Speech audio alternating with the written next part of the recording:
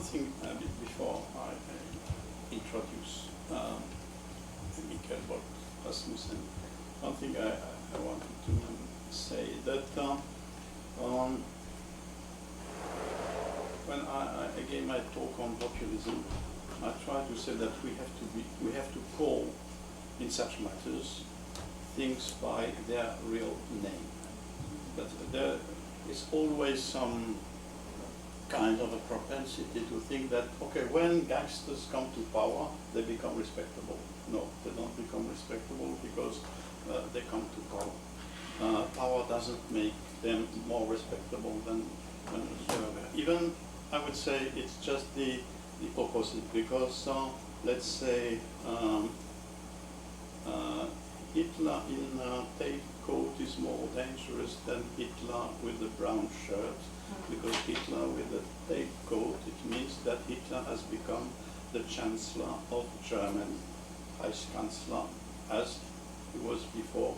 In a brown shirt, just the head of a Nazi gang. So what's dangerous before all is the encounter between political gangsters and state power. I think this is what Mikkel will talk about. Let's not euphemize the people who come through various paths, become leaders. The fact that they become leaders does not make them respectable. So, okay. I'm very pleased to introduce Mikkel Bolt Rasmussen. He comes from Copenhagen. He's teaching politics of aesthetics, right? Politics of aesthetics at the University of Copenhagen. He wrote this book, but many other books, and in particular on contemporary art or on art and politics. He's a specialist for avant-garde, maybe the last one, movement between politics at the border, between politics and art, which is called situationism. Maybe you are not very familiar with, but he will talk about it next Monday, right? Next month. So, okay, let's start. Thank you. Thanks a lot for inviting me.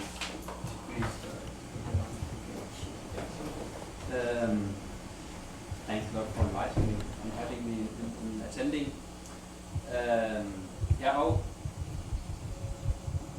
I'll talk about this book, Trump's Counter-Revolution, which I wrote last year, the English version of it. The book is an attempt to analyze the election of Trump and account for the structural and political background for the Trump presidency, how it became possible, and what it's about. My suggestion in the book is that we analyze Trump as a symptom of fundamental problems in a shrinking capitalist economy in the US, an economy that is unable to integrate its proletarians. I thus dismiss readings of Trump that focus solely on politics or identity politics in narrow sense, in favor of an analysis that embeds Trump in a longer political economic history about capital and about class war. I argue that we have to relate the election of Trump and the Trump presidency to the ongoing transformations of global capitalism. It's not just a question of politics, of what leaders we elect or have. It's very much a question of the structural constraints that the capitalist economy creates and how we act within those constraints. My analysis of Trump, my attempt to contextualize the Trump presidency, draws on Western Marxism and its analysis of interwar fascism. I apply 4 concepts in my reading of Trump, concepts partly taken from this tradition of Western Marxism, namely the concept of counter-revolution, hence the title of the book. Fascism, I try to advance or try to develop the concept of what I call late fascism or late capitalist fascism as an attempt to analyze Trump. I work with the notion of image politics, following revolutionaries and theoreticians like Walter Benjamin and Guy Debord. And I end my analysis in the book with an analysis of democracy, or what I prefer to term national democracy, arguing in favor of what I in the book call an anti-fascist stance, being reluctant to oppose Trump, or what I call late fascism, to what we talk about as democracy. So trying to argue that there's not the blank or strict opposition between democracy and fascism we usually believe. As you'll hear, I talk about Trump as a counter-revolution, as a preventive counter-revolution, about his policy and rhetoric as late fascism. And I follow Walter Benjamin in looking closely at the aesthetics or image politics of Trump. And I address the issue of democracy through the term national democracy. The fact that democracy is embedded in national states, nation states. In the following presentation, I'll concentrate on the first part of this analysis, on the analysis of Trump as a counter-revolution. That is, as a preventive counter-revolution against the coming into being of an anti-systemic protest movement in the US, a protest movement with the potential to align itself with protest movements elsewhere. The context for my reading is thus the new protest cycle. The new protest cycle broke out in 2011 in North Africa, in the Middle East, and quickly spread to Southern Europe, North and South America, in the form of the different square occupation movements. Since 2011, we've had protests in many places, but among other places, Athens, Istanbul, Johannesburg, Rio de Janeiro, Kiev, Sarajevo, Hong Kong, and Paris, among many other places. As the Invisible Committee write in their 2015 balance sheet to our friends, the insurrection have come finally. When they, the Invisible Committee, predicted a coming insurrection in 2007, few people took notice of it. As they put it, 10 years ago, predicting an uprising would have exposed you to snickers. But in 2011, everyone was shouting, "Kösevayan todos, out with them all," or ACAB, all cops are bastards. What we saw re-emerging was something like a new international, which was challenging capital and the nation state. That was the perspective. In the US, this new protest cycle goes from Occupy Wall Street and Occupy Oakland to Black Lives Matter, goes onwards and includes more diffuse moments like the so-called pussy hat demonstrations against Trump, includes Me Too, includes Shooting Generation, and includes We Believe Survivors. But everything is being done to prevent these movements from establishing themselves and becoming a real challenge. This is the case in the US, but it's the same all over the place.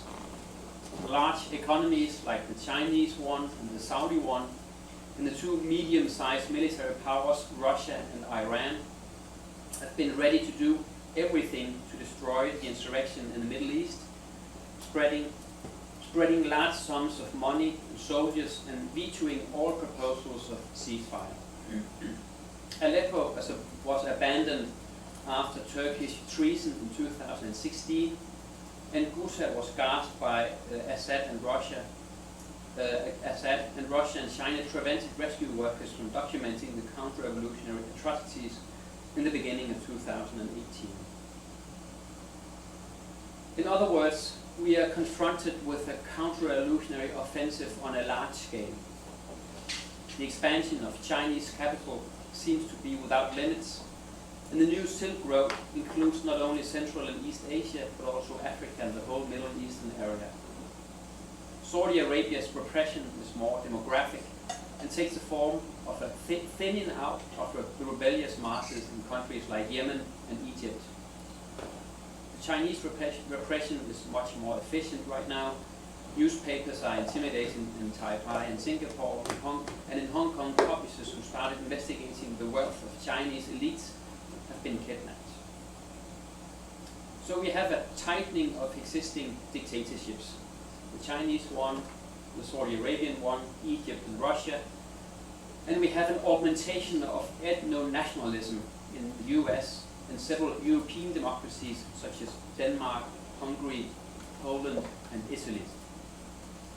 In the US we have an ethno-nationalist and religious supremacist government that is dissimulating vulnerability and victimhood and engaging in Cold War-like error tactics, envisioning the trade war with China as a muscular foreign policy.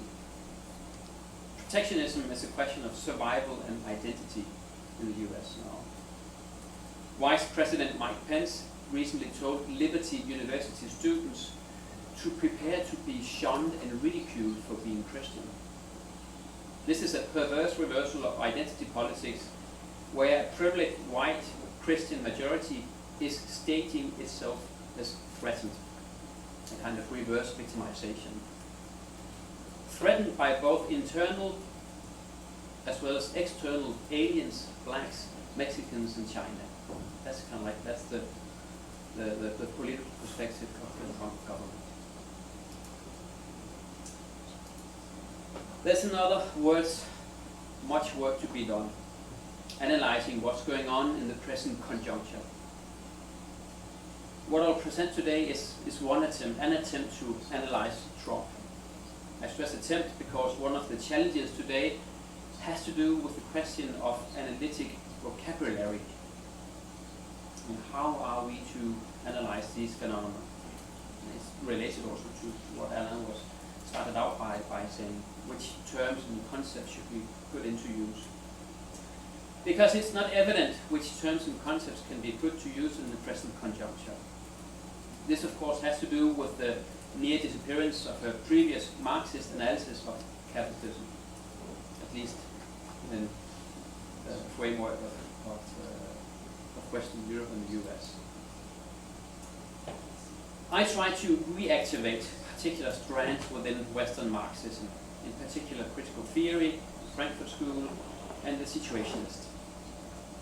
I do this in a way where I try to show how a phenomenon like Trump is related to what used to be called the totality of our society, which includes the process of material reproduction in its modern form, that is, capitalism. So this was the introduction. Now to the analysis of Trump, and I'll proceed in 3 or 4 moments or parts, trying to contextualize or embed Trump within a longer political economic history, ending up trying to argue in favor of this view of Trump as a counter-revolution, or what I talk about as a protest against the protests. So what is Trump, and what does the election of Trump signify? Trump is part of something bigger. The phenomenon of Trump can't be explained away as an American thing. It's important, of course, to look closely at voting patterns and the distribution of votes among specific groups of the population, which parts of American society voted for whom, and how this compares with previous elections. But we also have to extend the analysis to articulate the relationship between Trump's election and similar events elsewhere. Because it's not just a question of identity politics, right or left, or at least we have to be fairly precise if we want to talk about Trump and the question of politics in a narrow sense, or identity politics. In other words, we have to account for the context, and I'll argue that the context is the political and economic history of 2008, 7 or 8, or as we will see, since the beginning of the early 1970s. So I'm trying to establish like a dual context for understanding Trump. The US election, the election of Trump, should be understood in the framework of a global scenario of tumultuous change, where authoritarian right-wing radical movements, late fascist movements, challenge the so-called neoliberal elite, where these authoritarian leaders move into the corridors of power, change clothes, so to say. Trump, in that sense, takes his place alongside authoritarian leaders like General Assisi in Egypt, Erdogan in Turkey, Modi in India, Duterte in the Philippines, Macri in Argentina, and Bolsonaro in Brazil, of course, Putin in Russia. Europe hasn't been passed by either. Here we have Viktor Orban in power in Hungary, the party Law and Justice in Poland. We have Miloš Zeman in the Czech Republic. This is one of the paradoxes right now, one of the paradoxes we have to come to terms with. The anti-systemic forces seem to appear under the banner of nationalism and incarnate a hardcore nationalist agenda. So right now the challenge to the status quo seems to come from the right, not from the left. In the north, Norway, and most of all in Denmark, this was the recent, the ongoing attempts to go back on abortion, the right to abortion in the US, which will probably pretty soon come to a new height. From one president to the next, both of them in suits. But so we have this development, this turn to the right, these new authoritarian leaders coming into power in many different places. In the north of Europe, Norway, but most of all in Denmark, advanced countries have been paving the way for this right-wing turn, as explicitly Islamophobic parties have turned Islamophobia into government policy. There are, of course, important differences between the various politicians and parties across the globe, from Bolsonaro to the Danish People's Party, but they all draw on a xenophobic nationalism that breaks with 50 years dominated by the discourse of human rights, however real or imagined this may have been institutionally and geopolitically. In the wealthy north, in Denmark, racism is expressed more jovially, like the cartoons depicting Mohammed, for instance, in 2005. While in the global south, it takes on much more obviously authoritarian dimensions. But the development is the same.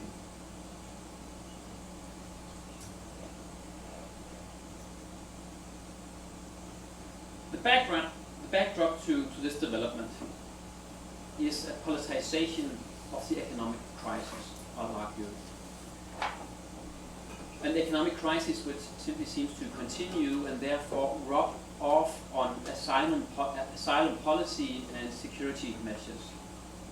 Trump is an attempt to nationalize a way out of the crisis, politically and economically. Politically through white supremacy, and economically through protectionism and command economy. We find ourselves in a period of crisis, undeniably. hence the uncertain and rudderless way of governing. The ruling classes have a hard time reproducing their hegemony, and neoliberal politics has suffered an ideological defeat in many places that it doesn't seem to be able to recover from. There isn't really anything that works like it did before. Neither investment nor austerity. The economy just won't get going again, and it's hard to foresee which direction things take. Received most of thought have shown their limits, but at the same time no new ones seems available. So what's going on? Are we simply confronted with so-called secular stagnation, as economists like Paul Krugman hopes, or are we confronted with a fundamental crisis of the capitalist system, as world systems theorist Emanuel Wallerstein argue? Whatever the case, much points to the end of the short American century. The value crisis is so encompassing that the US is struggling to turn things around. So the immediate context for the election of Trump would be the financial crisis, would be my argument. The financial crisis is a crucial fact, but of course we have to include phenomena like the geopolitical instability after 9/11 and the invasions of Afghanistan and Iraq, the wave of protests in 2011, growing movements of people, and the climate crisis. All of these things are part of the mixed part of the crisis. They're all tendencies that challenge national economics and put pressure on the established political system, not least in the US. People react by abandoning the old parties and by looking elsewhere. Thus, Trump as a protest.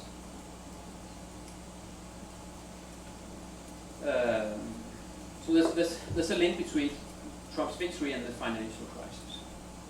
The financial crisis which revealed the rampant inequality at the heart of the US economy. As documentary director Michael Moore, but also, for instance, the Left Communist Journal Insurgent Notes explain, the election of Trump is a rebellion against the 25-year-long intense neoliberal globalization, where outsourcing and deindustrialization have slowly eaten away at the customary way of life of a large part of the American working and middle class. A relationship, this slow crash landing, a relationship which first became visible with a slight delay, however, because a growing credit economy kept the Western working class afloat for a number of years. But in 2008, the bubble burst, and suddenly working class family had to hold down 3 or 4 jobs in order to survive, or that became visible. They had to hold down 3 or 4 jobs, or had to borrow heavily to keep the roof over their heads and give their kids an education. This is, so to say, the socio-economic cause of Trump's success. A fall in real wages, economic uncertainty, and unemployment. Conditions that the ruling class in the US has had a hard time taking seriously, even after the financial crisis, where politicians chose to bail out the banks and socialize the cost of the burst credit bubble. So the backdrop to Trump is the financial crisis, which broke out in 2007 and 2008 in the US and quickly developed into an economic crisis, which spread across the world but hit the US and Europe especially hard. Governments dealt with the crisis just as Mussolini had in the 1930s. Governments took on the bank's debt and then cut debt deep into the remains of the welfare state that had survived 3 decades of neoliberal restructuring. The crisis thus developed into a real political crisis. The ruling classes just carried on as if nothing had happened. The representatives of the current ruling class seemed unable to see the problem with their political agenda. The inequality grew explosively, globally and locally, and more workers were thrown off the labor market, which resulted in growing unrest. Saving the very institutions which were responsible for the financial bubble in the first place was the priority. The immediate reaction to the popped housing and credit bubbles which spread from the US to the rest of the world was to give the banks, insurance companies and finance capitals an immense amount of money in order to stop them from going bankrupt. This operation revealed the inflated economy's odd mechanics, in which paper money is printed without any connection to the production of value. Their deficits suddenly vanished, and the banks went on as if nothing had happened. Nation states had taken on their debt, leaving most countries even deeper in the red than they already were.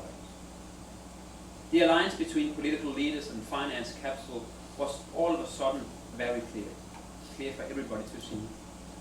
Bill and Hillary Clinton are obvious examples of this alliance, and their close connections with Goldman Sachs and Wall Street without doubt worked against Hillary Clinton in the eyes of many voters. But the banks were saved, while many Americans were driven out of house and home. So the outbreak of the financial crisis and its subsequent management or mismanagement revealed some of the underlying tendencies that had gone more or less unnoticed for a long time. Not least the cavernous inequality of income distribution in countries like the US, where the richest part of the population, just a little bit difficult to see, has cut itself an increasingly large slice of the cake. As we know from Marxist historian Robert Brenner, the underlying problem is that the production of surplus value hasn't increased for a good while in the US. Since the end of the 1960s, the global economy and the economy of the advanced capitalist country, not least the US, experienced a significant drop in the rate of profit, while at the same time the richest part of the population has grown richer and richer. This development is a result of the neoliberal politics that have set the agenda since the beginning of the 1980s, and which has been a political attempt to compensate for the decline in value creation by transferring large sums to the rich through tax cuts, deregulation, and other such initiatives.